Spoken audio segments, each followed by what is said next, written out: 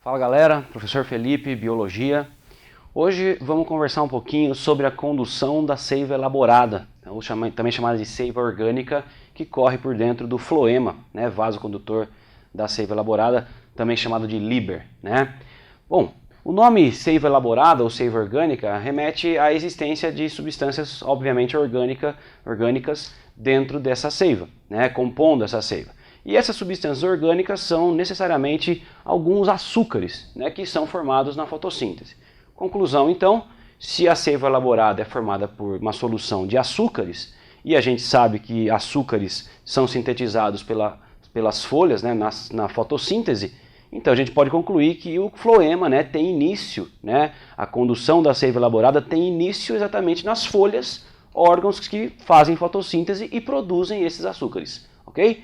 Então vamos já sair, né, nessa conclusão aí de que a seiva elaborada ela é sintetizada nas folhas, que são os órgãos de fotossíntese. E aí, das folhas, essa seiva vai para onde, né? Então a gente diz que essa seiva é conduzida dos órgãos de maior pressão osmótica, que são então as folhas, para os órgãos de menor pressão osmótica, que a gente vai chamar aqui hoje de órgãos de dreno ou drenagem, né? Que obviamente são muito conhecidos, como por exemplo a raiz, frutos, sementes, flores, o próprio caule, né? Que são órgãos aí que vão recebendo esses açúcares. A questão é, por que as folhas são órgãos de maior pressão osmótica do que esses órgãos de drenagem, né? Por que as folhas têm maior concentração de açúcares do que os outros órgãos? Isso, na verdade, é voltado, é explicado, né, pelo tipo de açúcar e o grau de solubilidade que esse açúcar tem. Como as folhas fazem fotossíntese, os açúcares diretamente produzidos pela fotossíntese são açúcares de alta solubilidade, como por exemplo a glicose. Então as folhas realmente ficam muito concentradas porque os açúcares têm alta solubilidade. Já os órgãos de drenagem, como a raiz, apresentam açúcares menos solúveis, né? Lembramos do amido, por exemplo, que é um açúcar de estoque, né? E realmente é pouquíssimo solúvel. Então, desse modo, as folhas têm realmente maior pressão osmótica do que os órgãos de drenagem. Aí um biólogo chamado Mundt, né, ele fez um experimento para comprovar isso, né? Ele pegou duas bolsinhas, A e B aqui, feitas de um papel semipermeável que permite a passagem de água.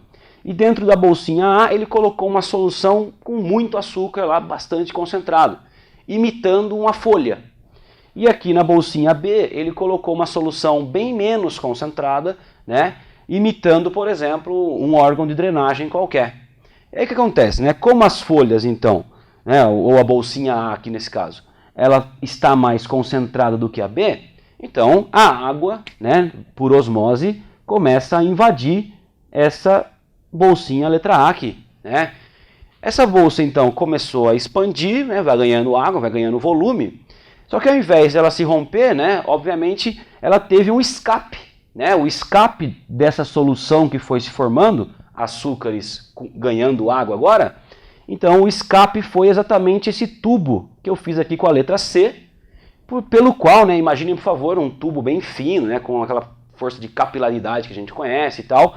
Então por esse tubo, essa água com açúcar começou a se movimentar, e todo em direção à bolsinha letra B, que começou a ganhar essa solução de açúcares e tudo mais, e assim foi se concentrando.